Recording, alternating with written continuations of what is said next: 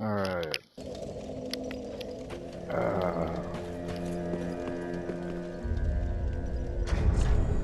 Let's see what the hell we're doing.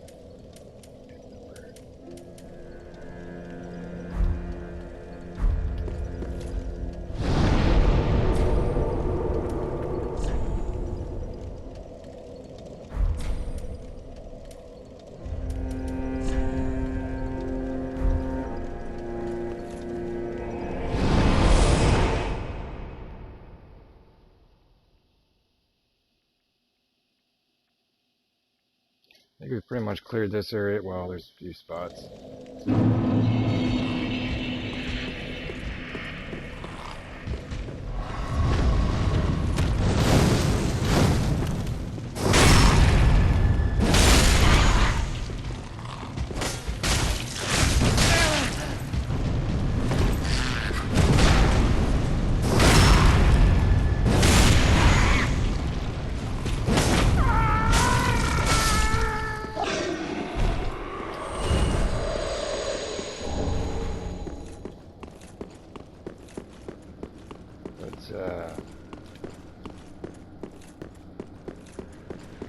If you're going through this for the first time, getting down to this area is very crucial. Well, not crucial, but if you're a new player, it's probably best you come down here. New to Souls or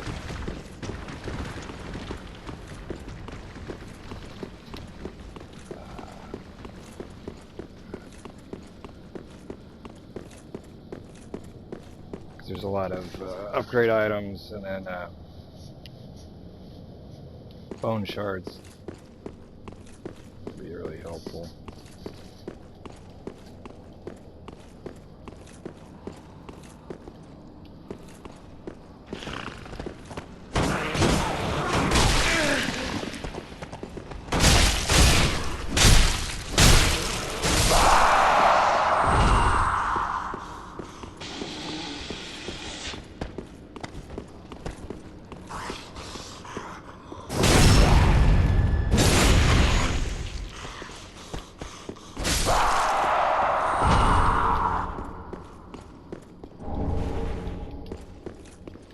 With pyromancy tome. There's a lot of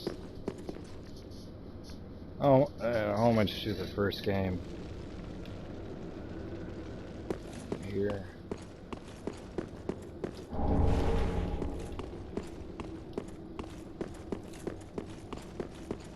Really, really cool. If you played through the first one.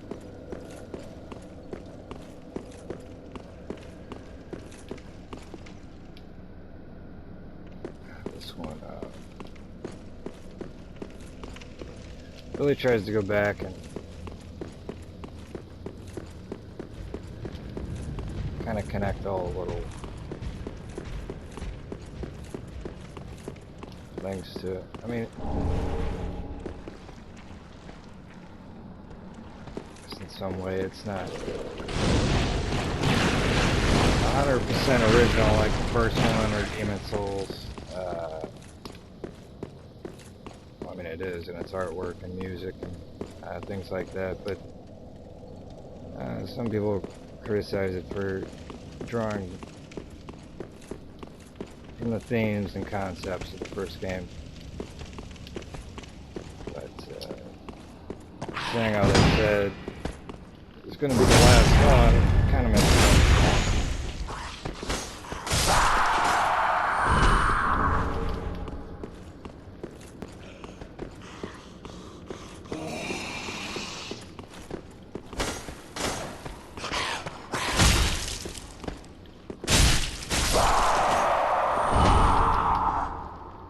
Call the first game a flawed masterpiece. I guess if you were talking about online PvP or some of the areas being not so perfect,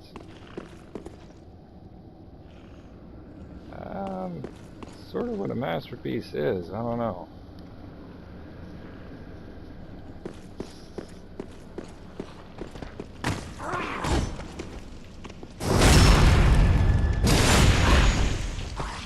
Not perfect, but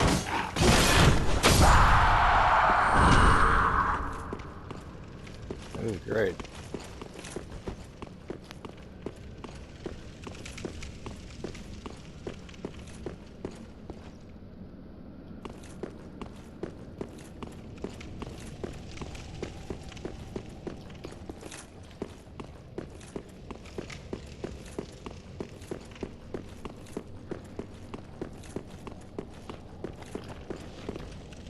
This game being much more linear and straightforward than the first game.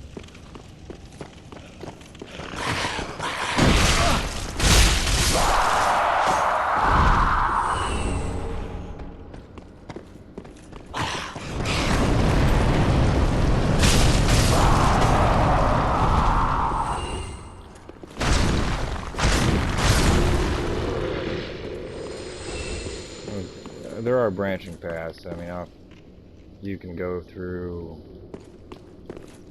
even without the DLC, there's huge chunks of the game you can miss. This being a part of it. Maybe kill this guy again.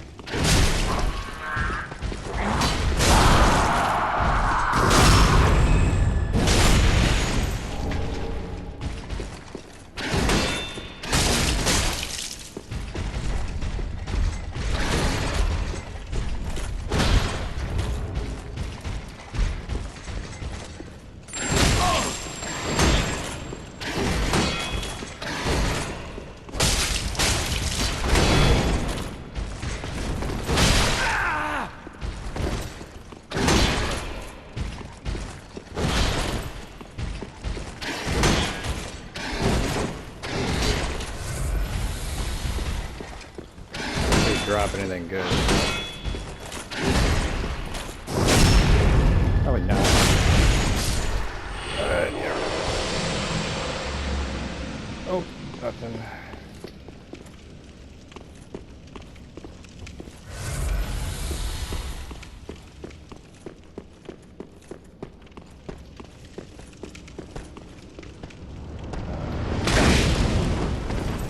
PS4 pop there.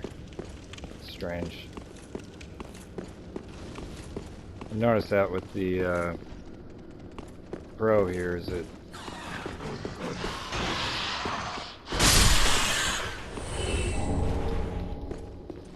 I think just like to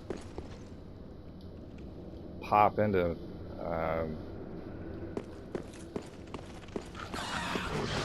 like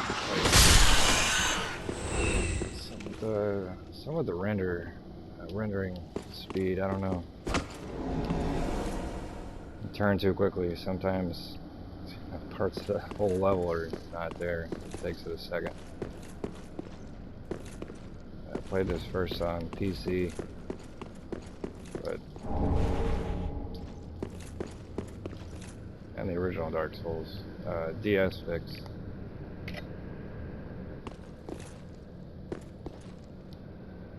Quilana, one of her servants.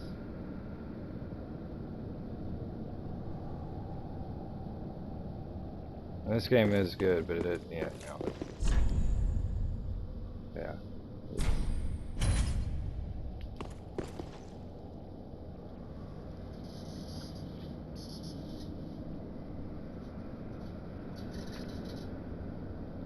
It really is a tribute to the first and second game, and Demon Souls in some way.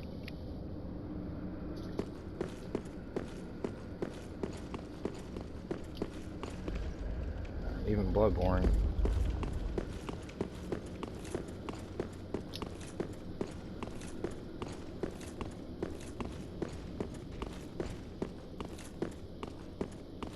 A mix of all of them.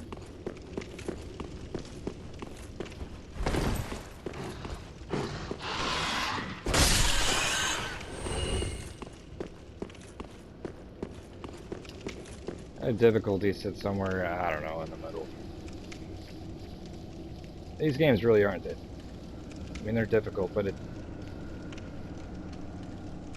It's the length, I think. How long these games take to really throw people off.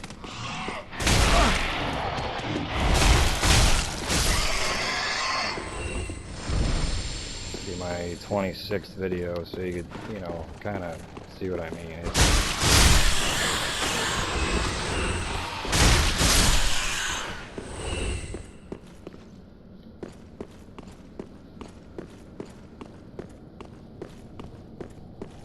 Takes you through some pretty grueling trials. Have to do it over and over again. Without, I mean, there's item descriptions in the loading screens, and if you go to click on each one of these, they'll tell you. They're a little cryptic, but some people think it straight up boost lightning resistance, all that good stuff.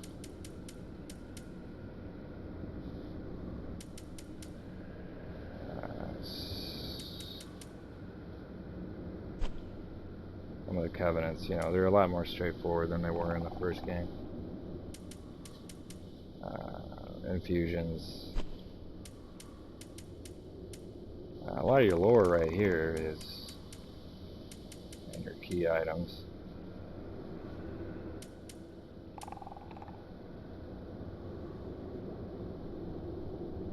See, when the high wall appeared, the path to the undead settlement was blocked, and the messengers came bearing a spanner. They were sent out with a duty, but had no way of returning, so...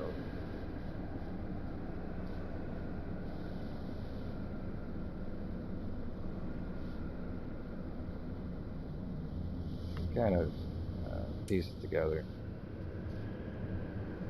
As we got dropped from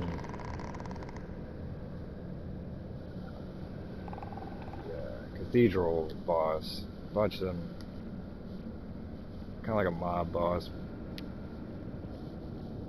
A lot of those, I guess, worshippers there, or corrupted worship.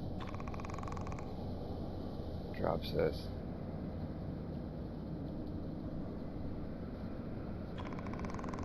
Legendary city of Israel, situated in Laurel Valley. Pontiff Sullivan gave this to all due valued subjects, so they might use it to cross the barrier and return home. So when we get there, you see what I mean.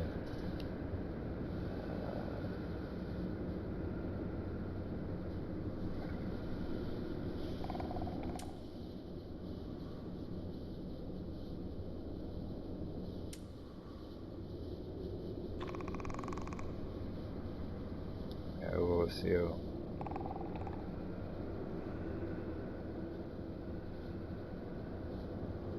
Xanathos. A lot of this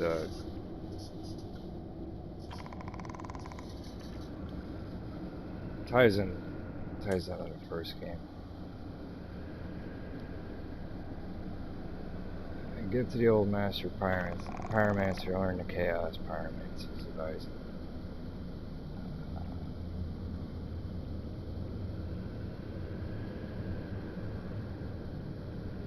Berthel later forms this, so it's original. Izalith is, in the first game's lore, Izalith is one of the original gods, or elements, I guess.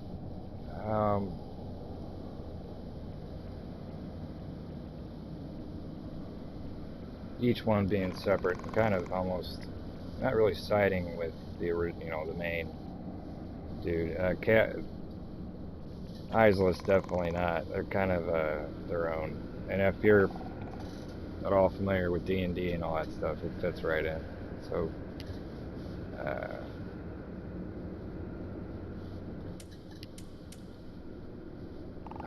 Lord of the Rings, some fantasy stuff. That's Quilana.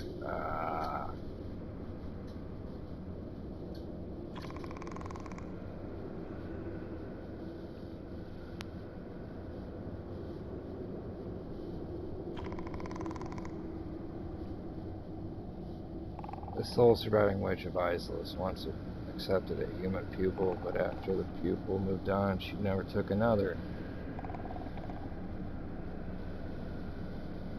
A reference, basically, I guess, would be a reference to you in the first game. Or, I believe. I don't quote me on it. Yeah, like it all is up to interpretation. So,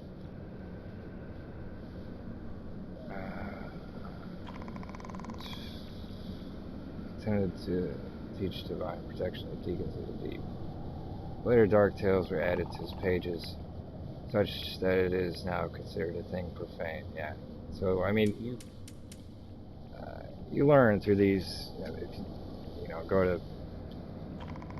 check out the information each item has. It can kind of tells you everything, and you fill in the blanks, and then you see the kind of the world around you in a different. The game world around you kind of makes a little bit more sense.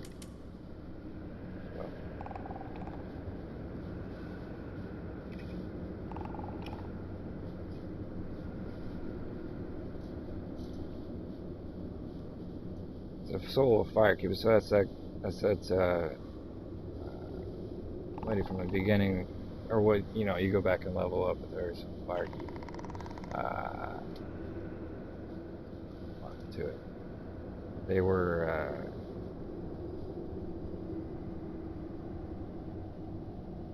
I'll have to begin to explain all this stuff to it, but Firekeeper preserves a bonfire, serves its champion, being you, or the undead, in the first game. She is said to have soothed and accepted the dark sigil which has tainted her soul, and yet her soul will one day bed itself in the bosom of another Firekeeper. So it's sort of a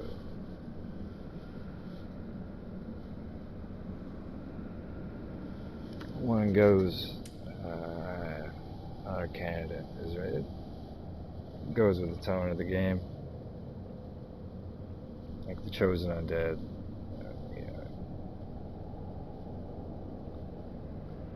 Ashram one and all that.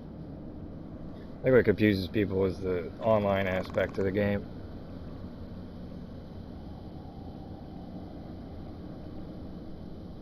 Because it shows as many people running around, but the story really kind of revolves around a single player aspect.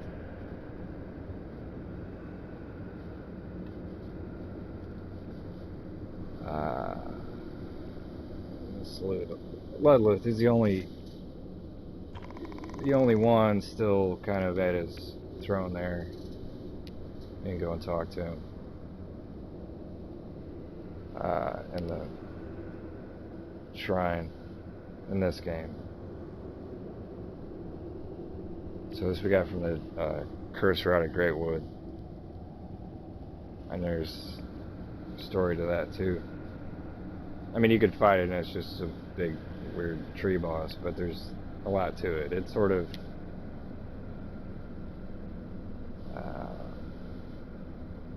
is corrupted by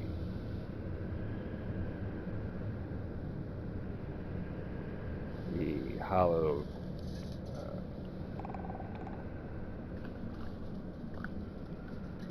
around it, so the hallowed humanity.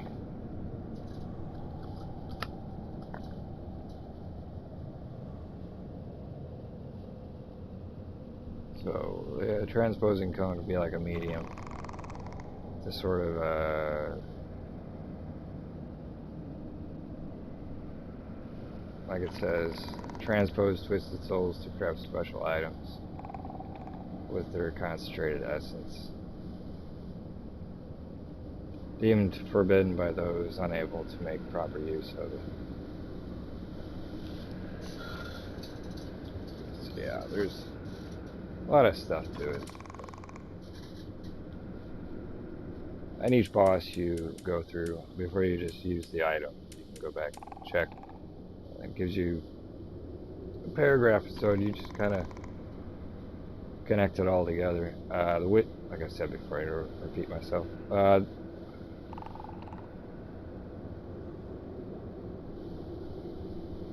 Lord of Cinder, the Abyss Watchers. If the lords are not returned to their thrones themselves, let them return as cinders. So, Watchers of the Abyss swore upon their shared wolf's blood, which also serves as their mandate as lords, which kind of goes all the way back to the expansion from the first. And you can see this takes place ages, but like thousands of years in the future after the first game. So, the tale of Artorias, I guess, kind of went down as sort of a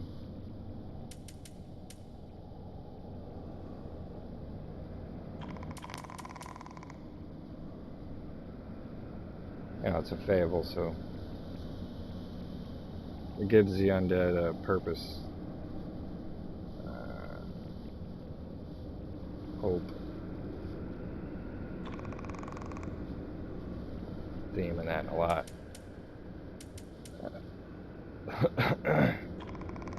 Yeah, I don't explain this all that well, but kind of get what I'm kind of aiming for here.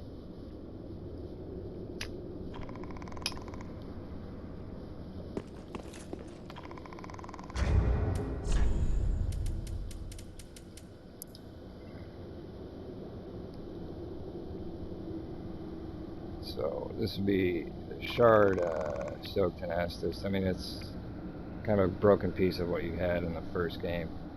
In the old days, it was rare to see an Estus flask far from its owner, but a shard offers hope, however shattered. So.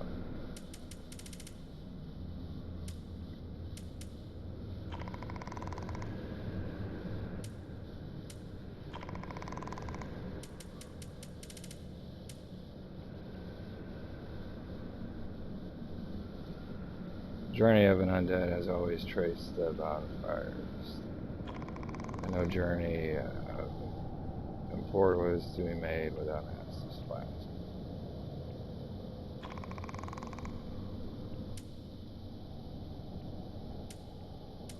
See, all Dark Souls fans are gonna be like, "What the hell?" Yeah. As a knight, you're not gonna be using a lot of spells and stuff.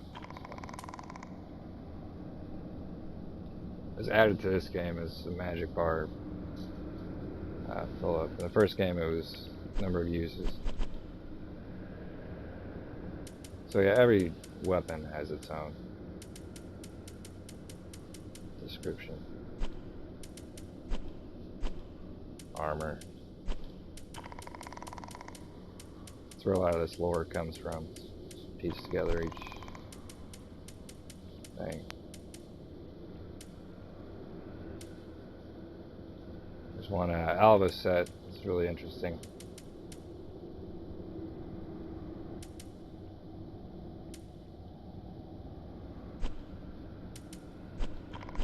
These are, of course, what kind of plays in the rings too. Give you a lot of info. Yeah, so it plays during a loading screen and stuff. They don't directly tell you, but there's a lot there. You really get absorbed in the world.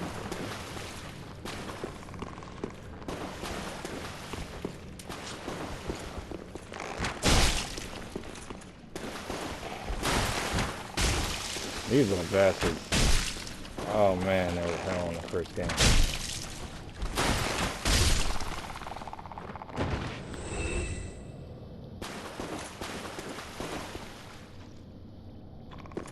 Remember reading, I think, a book.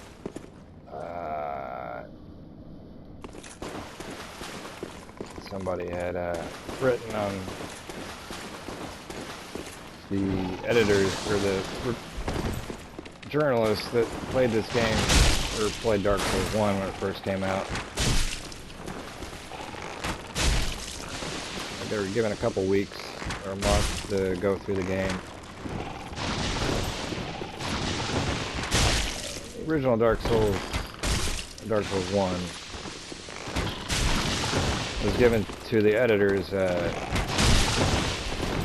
curse stack.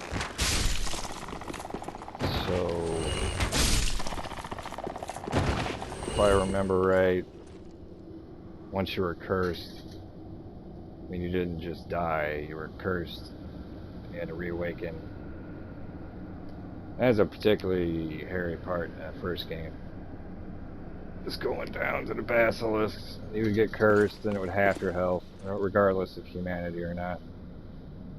You'd have to go all the way up, get a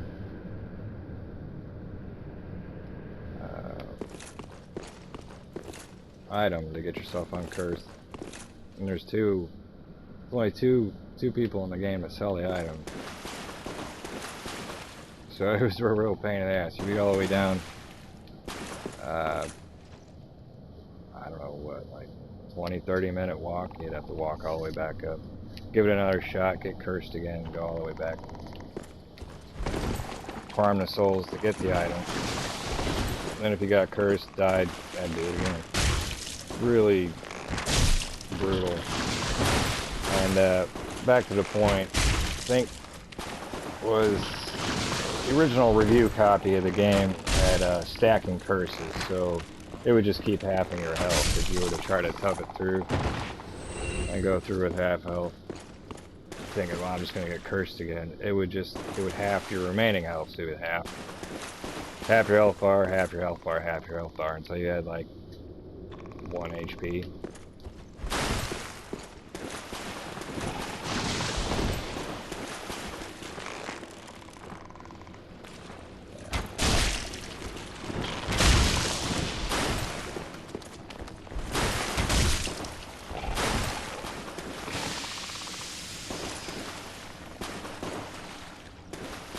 I think they said, you remember the backlash from the reviewers and first people that played the game, some people thought it was a little too brutal.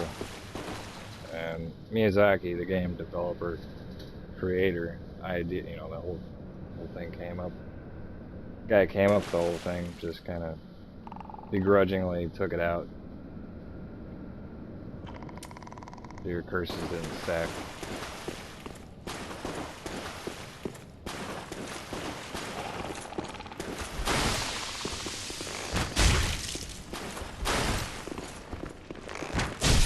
That is really the whole point of these games. I mean, that's what he said several instances.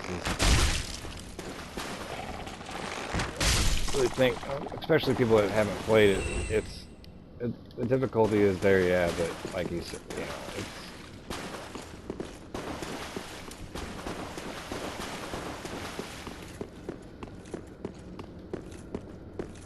it's not there to insult you. It's not there to whatever. It's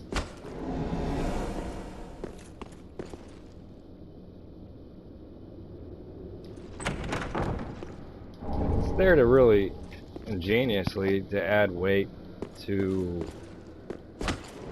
everything that the game tries to portray. So there really is a consequence to basically not performing your best, or not pushing on, or acting like an idiot, killing NPCs. There's a consequence to it all.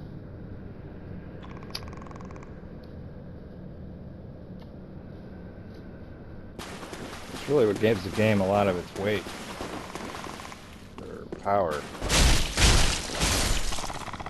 or the story and all that. Basically, it wants to be taken seriously, deadly serious.